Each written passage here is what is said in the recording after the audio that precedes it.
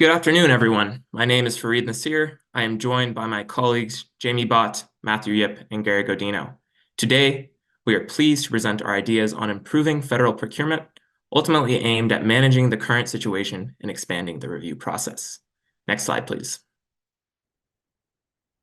There's been significant focus on federal procurement recently, highlighting issues of overspending, a lack of accountability, inefficiency, inconsistent record keeping, in addition to unfollowed procedures, to name a few.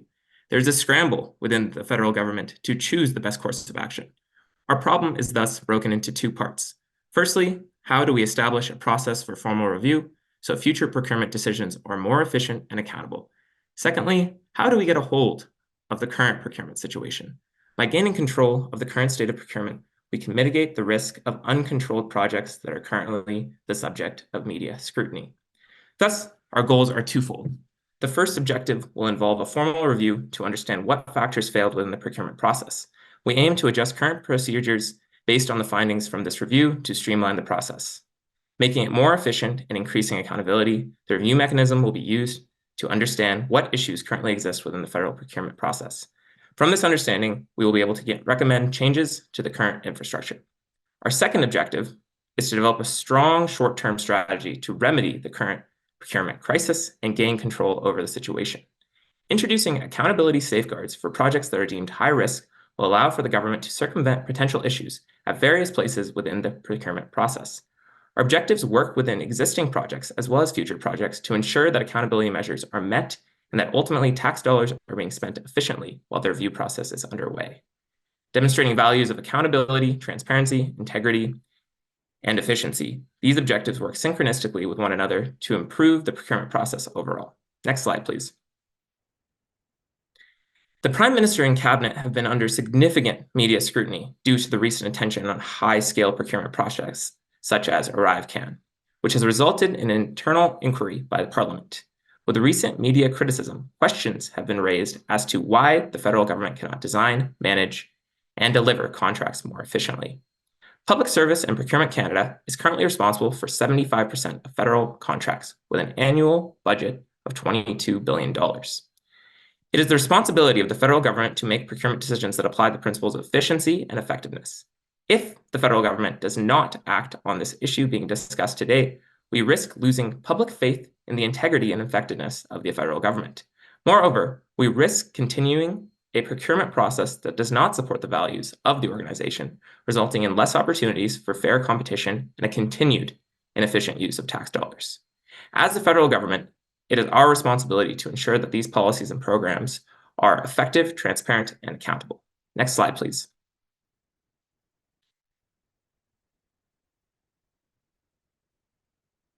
Now, I will introduce some possible policy options, both in terms of the review process and managing the current situation. Sorry, next slide, please. Both in terms of the review process and managing the current situation. I will first present review options. The first option for the review process involves utilizing the existing internal audit structures of the PSPC. In this process, PSPC would play a centralizing role in collecting relevant information and conducting the analysis. The second option for the review process involves a review conducted by the Office of the Ombudsman. Like the Auditor General, the Ombudsman Office will provide an objective lens in the procurement review process. The third option, and our preferred choice for the review process, would be a review conducted by the Office of the Auditor General. The Auditor General will provide assurance for the Government of Canada and make sure that that information to the Assembly is appropriate, credible, complete, and accurate. The independence of the AG ensures that work is objective, making them a credible and trusted source of information for government spending activities. In regard to gaining control of the short term, we present two options. First is a binding federal procurement checkpoint staged at various points of the procurement process. Here, we are proposing to establish a mechanism to target specific phases of the procurement where projects may not proceed until certain conditions are met. Our preferred option is a non-binding checkpoint that has two stages, targeting different phases of the procurement process that can nudge decision makers without significantly disrupting the pace of current projects. Next slide, please. We'll now go through the objectives of our preferred option. External review through the Office of the Auditor General will involve a review of departments that conduct high-risk procurement projects. We aim to understand the procurement environment better in order to make realistic and effective changes. Departments with an annual purchasing activity of more than $100 million are considered high-risk departments. We have identified two core areas that will help the President of the Treasury Board with an exploratory internal management review of the federal procurement system as it relates to high-risk and large-scale procurement projects. Next slide, please. The decision matrix for arriving at this conclusion was after considering these check marks. Option 1 offers a solution that will increase accountability, transparency, and efficiency. Most importantly, options 1 and 2 could introduce disruptions into the current environment that outweigh its intended benefits. Option 3 presents an opportunity to introduce new mechanisms within the procurement process and an environment with minimal negative impact to efficiency. This option will allow for control mechanisms to be implemented in the current plan while also addressing the need for a long-term plan. Next slide, please. Our recommended option ensures that the ethics of the Canadian Public Service are demonstrated by public servants while giving contracts. The Auditor General currently plays a significant function within the federal public service. They have existing procedures and mechanisms that will support the review process. By establishing criteria for the assessment of performance, the Auditor General will gather the necessary evidence to assess performance against the criteria, report both negative and positive findings, and make recommendations for improvement. Additionally, due to the independent nature of the Auditor General, recommendations made will not only be objective, but also more likely to produce change within the system of procurement. The stage procurement checkpoint is the policy innovation effort to gain control over existing projects in the current environment. This checkpoint can be executed internally, although the Treasury Board can still initiate one on its end. This will allow us to place accountability on the entire chain of command for procurement projects. Thus, control can be gained in the current procurement process without delaying the current state of projects. Next slide, please. The implementation of the review process will consist of the following plan. The Auditor General review will be conducted at the organizational level. Mechanisms of this review will focus on the highest risk areas within the procurement process. Focus will be on three highest risk procurement review elements, which is the pre-contractual phase that includes planning and strategy, statement of work, which includes bid evaluation and selection plans. The second is the contracting phase, consisting of solicitation, evaluation of bids, and selection method. Last is contract administration, which involves contract execution and performance, contract amendments, and payment procedures.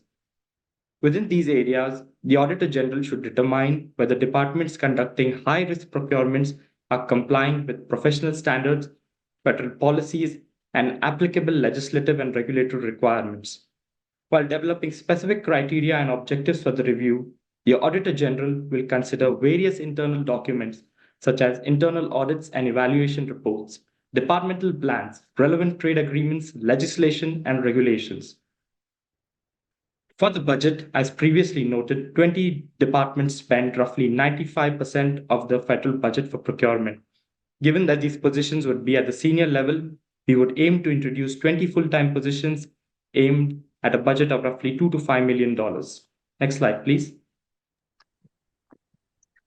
For our short-term solution, we have broken down the procurement process into three distinct phases. These are coined the pre-contract A phase, the contract A phase, and the contract B phase. The pre-contract A phase is defined at beginning once a procurement project begins and ends just before the issuing of a request for tendering or similar document. The contract A phase begins once this request for tendering has been issued, and then the contract B phase is initiated when a winning bid has been awarded. For reference here, the definitions for contract A and contract B are as follows. Contract A is the legal contract between a prospective bidder and the government. Contract A is derived from a tender call and constitutes the response from a bidder submitting a compliant bid and consists of the terms of the bid process. This contract is enforceable in court and is subject to litigation. Contract B defines the exact working relationship between the government and the winning bidder regarding work and compensation. This is the actual working contract. Modifications to contract B also introduces the risk of mitigation. Next slide, please. Within the procurement phases, the window of opportunity to effectively exert control over procurement projects is the pre-contract A phase. This phase is concerned with the development of scope for procurement projects and is not subject to litigation. Once a contract A phase begins and a call for tender or similar document is issued, the project is subject to litigation from various actors, and as such, options to exert control are limited. Taking this into consideration, the window to exercise the most amount of control while minimizing the risk of litigation and simultaneously preserving the current pace of procurement projects is the pre-contract A phase. This is to ensure that a sound tendering process with sound procedures is developed. As such, our proposal is to implement a series of checkpoints at the latter stages of the pre-contract A phase and in the latter stage of the contract A phase. Checkpoint A is oriented around interrogating qualitative characteristics of a procurement project. It is tasked with understanding two lines of inquiry. How well defined is the project in its current state, and how well equipped is the team responsible for this project? This checkpoint is concerned with identifying how well scoped out the project and to interrogate its current state prior to issuing a tender call. To contrast checkpoint A, checkpoint B is to be staged just prior to the awarding of a contract B. Checkpoint B is procedurally focused and is oriented around ensuring that the awarding of a contract B adheres to contract A and the procedures outlined in the tendering process. This is to ensure the proper decision to award the winning contract is made. Next slide, please. Within the formal review process being conducted by the Officer Auditor General, there are some key considerations. Notably, our proposed option will require the addition of 20 employees under the purview of the Auditor General. This may impact the timelines we are proposing. With the addition of employees, there's also the consideration of budget and how the review process may impact current financial planning. Since the Auditor General already plays a key role in the review process, we are comfortable with the capacity and accountability they will bring to the process. Regarding our short-term solutions, we've split these up into two sub-options, a binding and non-binding option. The key difference between these two options is that under the binding checkpoint, projects may not proceed until concerns are sufficiently addressed. Some key considerations here are that for a binding checkpoint to be effective, there is a requirement for subject matter expertise. This expertise may not exist in the current governmental environment and may require outside hires or additional contracting to meet this. A binding checkpoint also has a risk of slowing the pace of projects that are already in a position to issue a sound request for information or tendering process. This introduces the risk of bycatch. Taking these variables into consideration, we have identified that the binding option has medium-level concerns regarding feasibility. In our non-binding checkpoint scenario, this checkpoint has to be executed by a higher-level authority, either internally within a department or by a treasury board. By virtue of it being non-binding, projects that are checkpointed will have minimal disruptions to their current pace. We also do not require subject matter experts for a non-binding checkpoint to be effective, thus not requiring any additional funding. A non-binding checkpoint can be effective with simple redeployment of existing government personnel and resources. A non-binding series of checkpoints requires minimal bureaucratic additions, and as such, we view the non-binding option to have manageable concerns regarding feasibility. Next slide, please. In terms of the timeline for our preferred strategy, our focus in the short term will be introducing the staged federal procurement checkpoint system, which will allow us to gain control over the current situation and communicate to the public that actions are being taken within current procedures to ensure public dollars are being spent efficiently. In addition, the Auditor General's office will begin scoping out the review process and hiring employees to conduct the review. In the medium term, the Office of the Auditor General will be wrapping up the review. We have allocated 3 years for the review to be finalized. Following the completion of the review, a report will be submitted to Parliament for consideration. We estimate that the report and presentation of the review will wrap up in December 2027. In addition, given the checkpoint system is a stopgap measure, 2027 is an appropriate time to begin considering the phase-out procedure. For the long term, we project that the recommended changes from the Auditor General report and Parliament will occur between 2028 and 2035. This timeline is extended to provide sufficient time for the regulatory and legislative changes that may be required. Regarding the checkpoint system, we plan to initiate the phase-out in 2028, with the completion of this phase-out by 2029. Next slide, please. There are several risks associated with our current objectives. Regarding the Auditor General Task Force, there is the risk that job seekers may not have the expertise required for the review. This is an administrative issue, and we have allocated a year to advertise, interview, and hire to mitigate this issue. This extended timeline also ensures that if new hires lack the necessary skills or training, there is enough time to provide the required support. Another risk we have considered for the review process is that timelines outlined may produce additional pressure and public scrutiny on the Prime Minister and Cabinet. To mitigate this issue, we must reiterate that the complexity of this problem requires a significant amount of time to conduct a legitimate review. Additionally, communication of our short-term strategy will be essential as the checkpoints will limit instances of misused tax dollars until the review and next steps are complete. Regarding the second part of our strategy, a risk we have identified is the requirement that the binding stage checkpoints may require subject matter experts to be effective. This is an issue of administration and procedure. We propose that the department utilize internal knowledge and leverage third-party expertise when necessary to mitigate this issue. A second risk we have identified for our short-term solution is that the checkpoint may delay the procurement process. We developed the checkpoint system with the timing of the process in mind. We understand that the delayed timeline is unavoidable. However, we justify it because our plan only targets high-risk initiatives, adding an additional layer of accountability while only impacting the timeliness of a small number of projects. Next slide, please. In consideration of the current attention on federal procurement, several stakeholder concerns should be considered. In terms of internal federal departments, potential concerns include increased workload and costs due to the introduction of the stage checkpoint and large-scale review. Our role is to communicate to departments that the stage checkpoint is temporary and will only affect a small portion of contracts deemed high risk, meaning that not every contract will have to be reviewed. This means that the impact on the workloads and costs of each organization will be minimal. In communicating to citizens regarding the efficient use of tax revenue, as previously noted, we must reiterate that the stage checkpoint is a temporary solution to control the current situation. The review will allow us to determine what mechanisms we should introduce to ensure accountability and mitigate the instances of wasted tax dollars.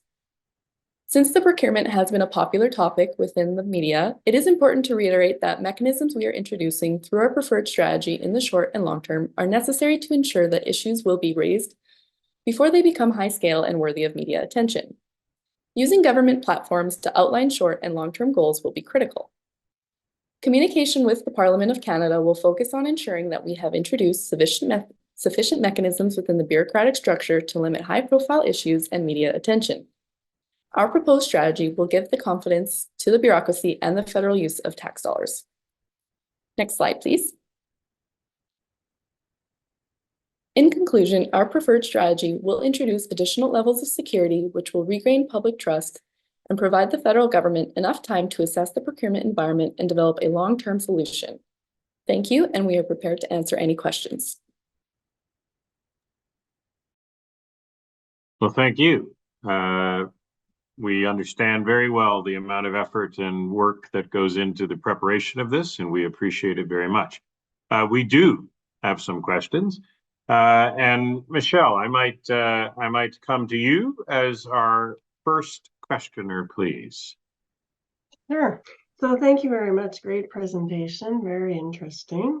I'm wondering if we can think back to near the beginning of the presentation. I think there was a problem statement, which was outlined very well. And then there starts to be, how you'll address this problem statement. I wonder how you came up with it. So for instance, what issues did you look at? Did you do any type of issues analysis to decide what you would focus on? Like what is the most, which area has the most impact? And why did you choose that? I guess just kind of shedding some light on why you just decided to focus on certain issues rather than others. Hi, thank you for that question. I think I will turn that over to Fareed to answer. So just to clarify, your question is asking how we came up with how we defined our problem? Like what case studies did we look at to define our problem? Yeah, just the thinking behind it, define your problem. Did you have a list, for instance, of issues that you said these issues are the ones and then kind of condense them into your problem statement, or how did you go about doing that? The way we did it is we actually brainstormed from an iceberg model. So we looked at indicators of what actually is happening, and we worked backwards to find how we created and defined the problem. So we looked at, well, is it public spending? Is it miscommunication? Is it these certain things that are coming out in cases such as ArriveCAN, or in the case of the Phoenix payroll system? And we worked backwards from there to build a logic to define our problem. Okay, thank you. Yeah, very interesting. Philippe, perhaps over to you, please. Thank you. Thank you for a very good presentation. There was a lot of work put into this, so really, really appreciate. On the slide 2 of your presentation, you talk about the fact that your formal review process will look at increasing efficiency and effectiveness. I'm mostly interested in the effectiveness question. As you know, the government departments right now, they are under tremendous pressure in delivering key priorities that have an impact on lives of Canadians. So in your approach, like I see that you looked a lot at the processes, the compliance issue, you raised issues of questions of efficiency. My first question is really, how did you keep in mind the concept of effectiveness, delivering on services by leveraging contracting as a tool? So I'm very interested in getting your perspective on effectiveness. And my second question, on slide 13, you referred to, you raised the risk that the procurement process can delay and can impact. So in the same train of thought, if you look at effectiveness, what is the key risk in your approach, in your perspective, that could have an impact and reduce the capacity of departments to achieve their results? Okay, thank you. So as to answer your first question, or I guess clarify on your first question, are you focusing on the review or on our short-term solution? I'm really interested in like I'm sure that you took in consideration the importance of delivering services. Mm-hmm. So as you frame the review, how did you handle the question of effectiveness to make sure that departments can still deliver on their commitments? Because that's going to be an important part of the solution, right? Yes. So in our research, we wanted to implement a system to sort of ensure that in the short term, until the review is completed, we are able to introduce some mechanisms of control. So that is why we created the checkpoint system. But in terms of efficiency with our review process, we were really looking to ensure that we had like a very broad range of review areas so that we could really get down and understand the true issues. So in effectiveness, to actually create a effective outcome, we must fully understand the issue. And so that is why we determined that the review process was so important, because without a full understanding of the problem and without really getting into all of those details, even related to our related to who's doing the procurement process, what's their education level, all of that, and understanding that and making sure that those reach certain outcomes will ensure that in the long run, when we do find out what the real issue is, we're able to implement an effective solution, essentially. And to your second question, you asked about a key risk. Would you mind just repeating that for us? I'm really interested in, because you identified that on slide 13, that the procurement process may be delayed and that it may have an impact on big projects. Have you identified risks in service delivery that would be while you are conducting the review? Did you have concerns that some departments may have challenges in meeting their objectives because they have more difficulties leveraging contracting? I'll turn this one over to Gary to answer. I think he'll give you a good one for that. Yes, we definitely looked into the risk and especially what would cause delay.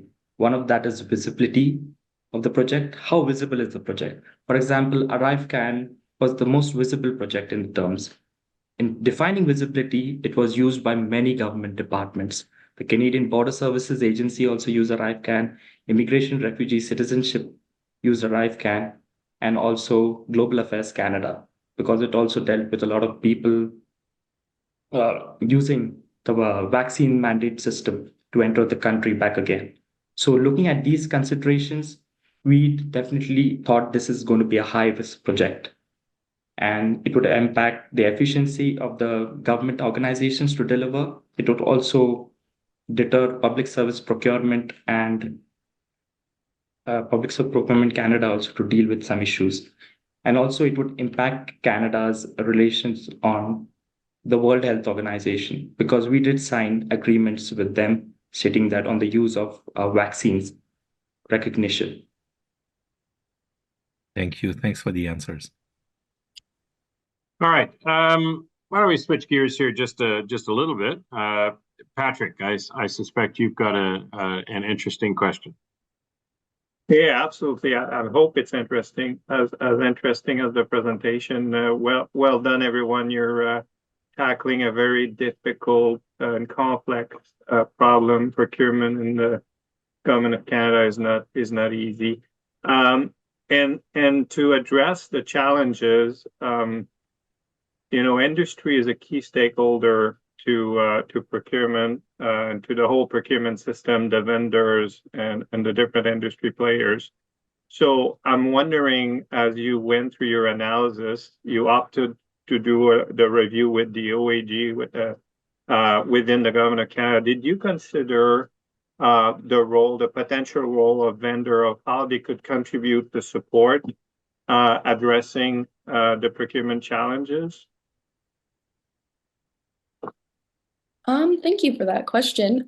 Just to clarify, are you asking like what role the vendors could have within the review itself? Yeah, exactly. Okay, thank you. I'll be able to answer this as well. So when we were considering the review process, we mostly considered the role of the government process. So we didn't actually look too much into vendors themselves. But I think one key area that we did consider was education, not only of our education on who's conducting the procurement process, but also the education on the vendor side, because in order to ensure a efficient procurement process, we have to ensure that there is a shared knowledge between the two parties. So that is definitely something that we were considering in it, and it could be included in the review process, is just understanding how vendor knowledge is incorporated into the procurement process. Great, thanks, Jamie. All right, that speaks a little bit about the feasibility of implementation, and Donna, you've got that as part of our analysis. Thank you so much for this presentation.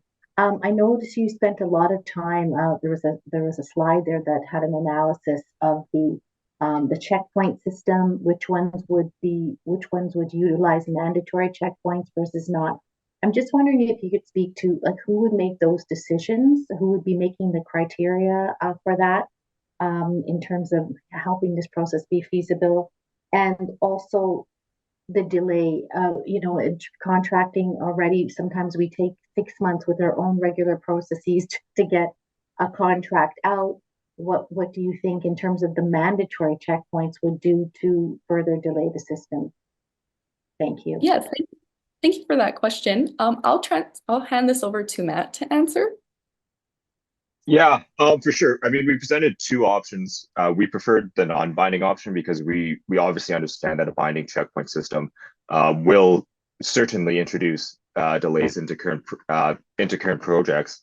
The key variable that we're balancing with this checkpoint system is how do we delay projects deliberately before they enter into a contract A phase, because flaws usually derive from a poor tendering process and a poorly scoped process. And once we issue a request for tender, the project has to continue. Otherwise, we are introducing risk of litigation. So the key variable there was to not delay projects that do not require it, but to delay it in places where we need it.